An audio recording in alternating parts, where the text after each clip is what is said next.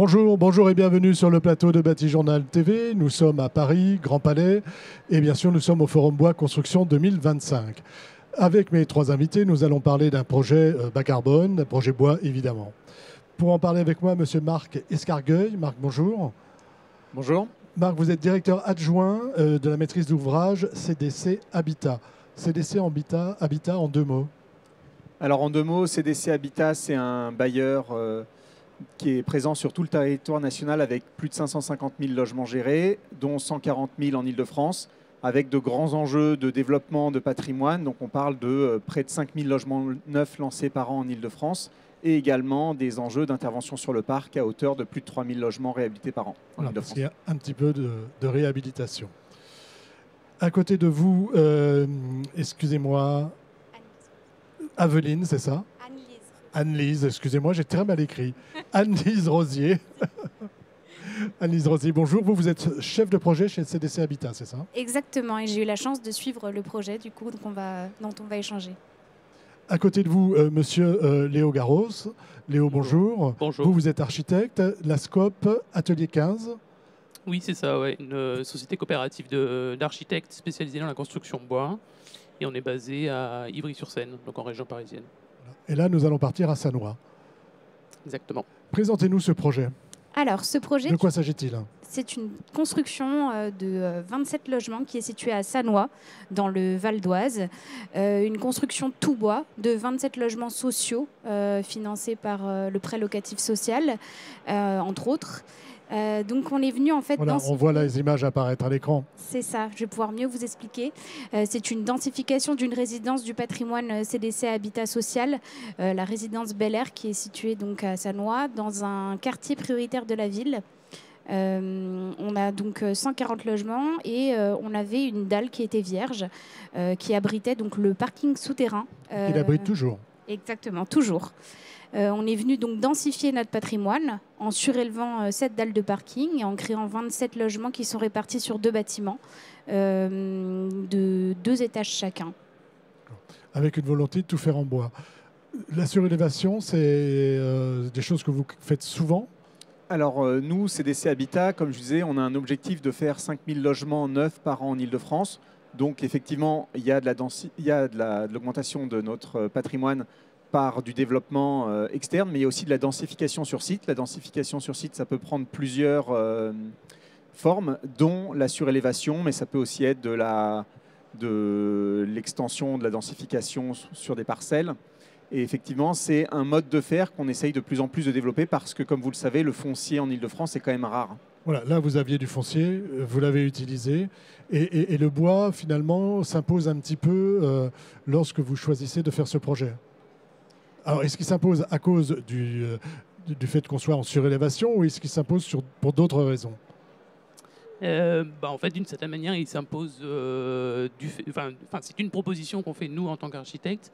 Il faut rappeler dans ce cas-là que la commande a été passée sous forme de conception-réalisation, avec une exigence particulière vis-à-vis du fait qu'il fallait surélever, donc il fallait une structure qui soit légère et conduire un chantier en site occupé et répondre à des objectifs du programme qui étaient aussi ambitieux en termes environnementaux.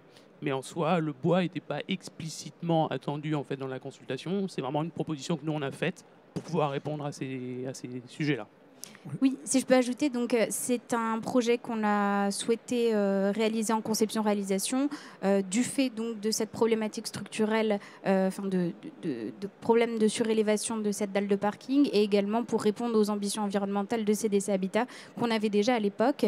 Et donc ce montage en conception-réalisation nous permettait d'intégrer dès la phase conception l'entreprise aux études. Donc c'est quand même beaucoup mieux. Et puis le bois n'était pas un critère au moment de la consultation. Et c'est le groupement qui a répondu en nous proposant cette solution qui s'est avérée de la meilleure à ce moment-là. L'entreprise, c'était Construction Millet Bois, CMB. CMB. Le bois est intéressant sur l'élévation d'une manière générale quand même. Oui, effectivement, le bois apporte 3 avantages que je nommerais décisifs, que je qualifierais de décisifs pour une surélévation. Le premier, c'est la faisabilité des projets pour une question de légèreté par rapport à des solutions par pain, béton, etc. Le second, c'est celui de la rapidité d'intervention avec les systèmes préfabriqués hors site. qui permet de limiter les nuisances sur des sites qui sont en exploitation, parce qu'en Île-de-France, on a une telle tension sur le logement qui fait qu'on n'est pas capable de vider les sites pour faire une surélévation. Donc il faut limiter au maximum les nuisances. On est en site occupé, hein, quoi qu'il arrive.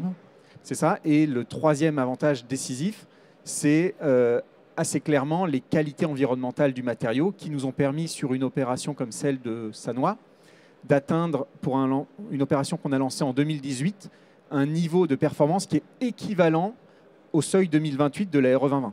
Donc avec 10 ans d'avance de phase. Avec 10 ans d'avance, et on était sur la RE 2012. Vous êtes aussi dans l'expérimentation E+C-. Vous êtes classé comment pour E+C-? E3C2. Ouais.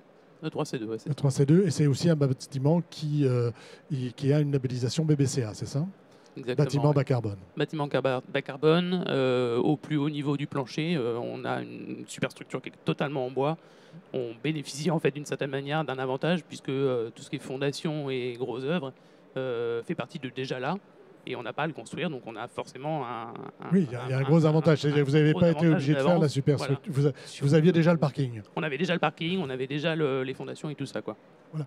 Alors allons-y, parlez-moi un petit peu de la manière dont vous, architecte, vous abordez ce projet et quel est comment vous le travaillez au plan archi, hein, et on verra la technique après. Ouais. Alors d'un point de vue architectural, c'était un sujet assez intéressant parce que du coup on est dans un site en recomposition. Il y avait tout un projet de résidentialisation et de réaménagement des extérieurs de la résidence qui était mené.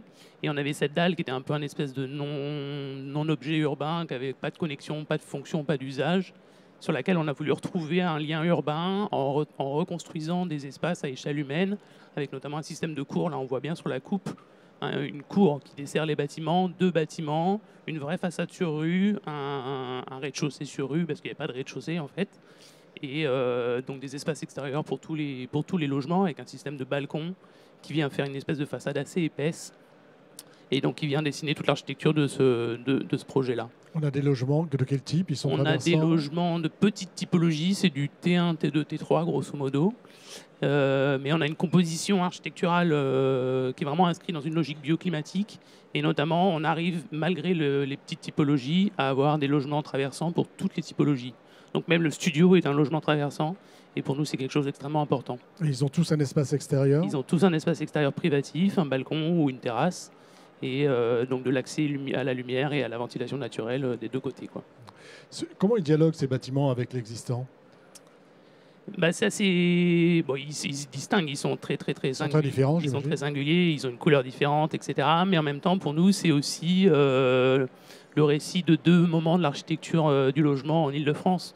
Le reste de la résidence est une résidence des années 70 de mémoire, qui a été aussi réalisée en béton, probablement préfabriqué d'ailleurs, à une époque où il y avait un besoin de logement, un besoin de construction qui était assez important. Et aujourd'hui, on vient avec une nouvelle réponse technique, écrire une nouvelle architecture, et qui vient finalement, même si elle est différente, s'inscrire assez logiquement, je trouve, dans l'ensemble. L'ensemble a été rénové, les bâtiments d'avant. On va rester sur cette photo, puis vous nous expliquerez après. Oui, la résidence avait fait l'objet d'une réhabilitation 3 ans avant la construction d'avant, tout à fait. Alors allons-y maintenant sur les choix que vous avez faits. Hein. On voit bien les loggias, on voit bien les choix que vous avez faits au niveau constructif cette fois-ci. On est sur quoi? On est sur de l'ossature, du poteau-poutre, du... Alors c'est un système du coup mixte qui est associé à la fois donc, des façades en ossature qui sont porteuses et un système poteau-poutre à l'intérieur. On a une trame qui a été extrêmement contrainte par la descente de charge par rapport au parking. Donc c'est le parking qui a guidé la trame structurelle de tous les logements dessus. Donc on a une rigueur structurelle qui est extrêmement tramée et rigide.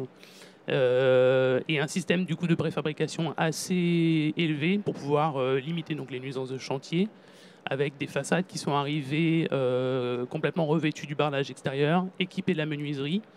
Et donc c'est l'entreprise CMB qui s'est associée en fait à l'industriel Cibois qui fabrique ce produit-là, qui a fabriqué les façades, voilà exactement, pour pouvoir réaliser le projet de cette manière. Vous êtes intervenu dans le système constructif, vous aviez un intérêt à voir comment les choses se passaient? Enfin j'imagine, mais comment vous êtes intervenu? On est présent, nous, en tant que maître d'ouvrage, tout au long du projet. Donc, c'est nous qui faisons les validations finales et surtout sur site, chaque semaine, en réunion de chantier, pour s'assurer donc du suivi du chantier, du planning, du respect du planning et du budget principalement. Et puis, c'est toujours très excitant de voir un bâtiment sortir de terre. Le fait que ce soit 100% bois, c'était une première ou vous aviez déjà vu ce type d'expérience ? Alors en termes de surélévation, on en menait 2 en même temps, sensiblement dans les mêmes temporalités. Une autre opération qui est aussi présentée dans le cadre du Forum Bois aujourd'hui à Belleville, dans le 19e arrondissement de Paris. Mais des immeubles tout bois, on en avait déjà réalisé, entre autres un à Montreuil qui avait été livré en 2014. C'est notre première expérimentation francilienne d'immeubles tout bois et quelques autres immeubles. Après, c'était des expérimentations qui étaient guidées par le besoin d'innovation. Sur une opération comme celle de Sannois, comme on l'évoquait tout à l'heure, ce n'est pas uniquement le besoin d'expérimentation, mais c'est également le besoin de faisabilité pour pouvoir réaliser l'opération, d'avoir une structure légère. Et ensuite, le bois par rapport au métal, par exemple, sur la préfabrication, enfin sur le type de structure, c'est l'exigence environnementale du groupe CDC Habitat qui l'a guidé. Avec le bois, on va plus loin. C'est ça ? C'est un peu... C'est exactement ça, oui. Je vais dû reprendre un slogan de France Bois Forêt, je crois.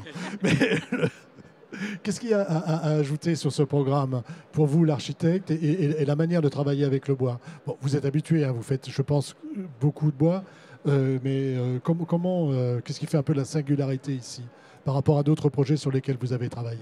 Oui, c'est vrai qu'on est un peu coutumier de la construction bois, on la connaît bien, etc.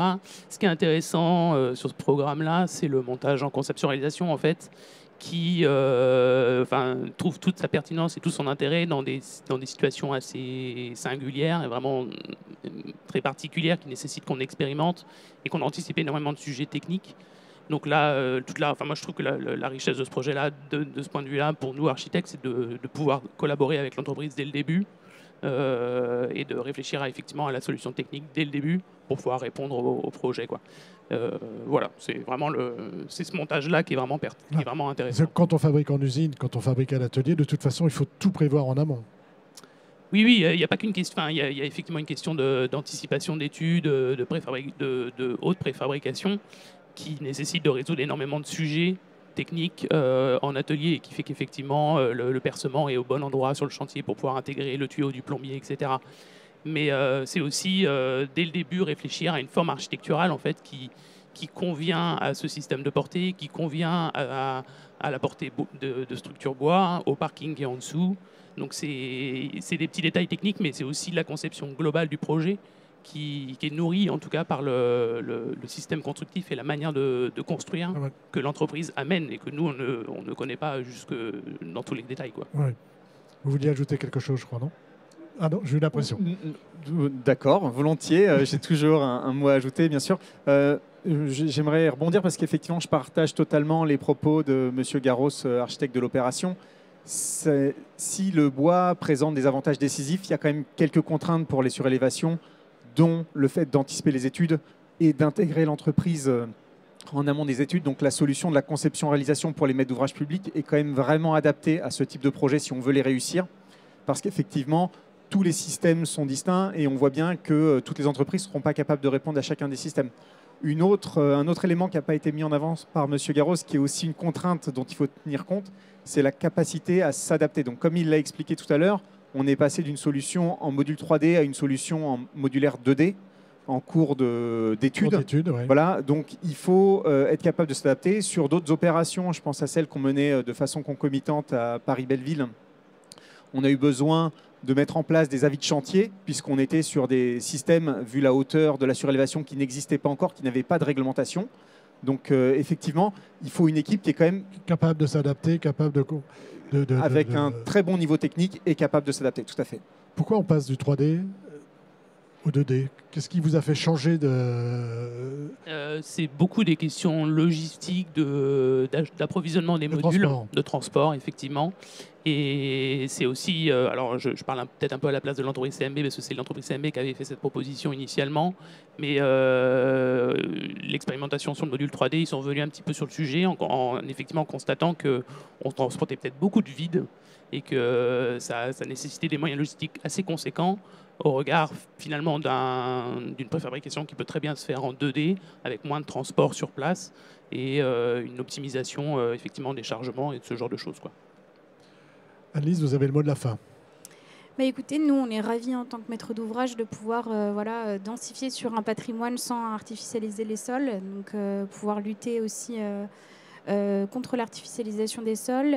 C'est aussi intéressant de préciser que pendant toute la durée du chantier, le parking a continué à fonctionner, donc c'est également un projet qui se fait... C'est ce qu'on disait tout à l'heure, c'est important. Hein. Un projet qui se fait également en site occupé. Et puis, de nouveaux projets à venir, on a hâte de revenir vous présenter d'autres opérations. Il n'y a pas de problème, on est toujours là l'année prochaine. Merci à vous d'être venus sur le plateau de Bâti Journal TV, donc nous présenter ce projet de Sannois. Une émission, un petit temps d'échange à retrouver, comme tous ceux que nous réalisons ici, sur notre site internet Bâti Journal TV et sur les sites de nos partenaires, que sont bien sûr le Forum Bois Construction et le magazine Windsurfer. Merci à vous. Merci. Merci, au revoir.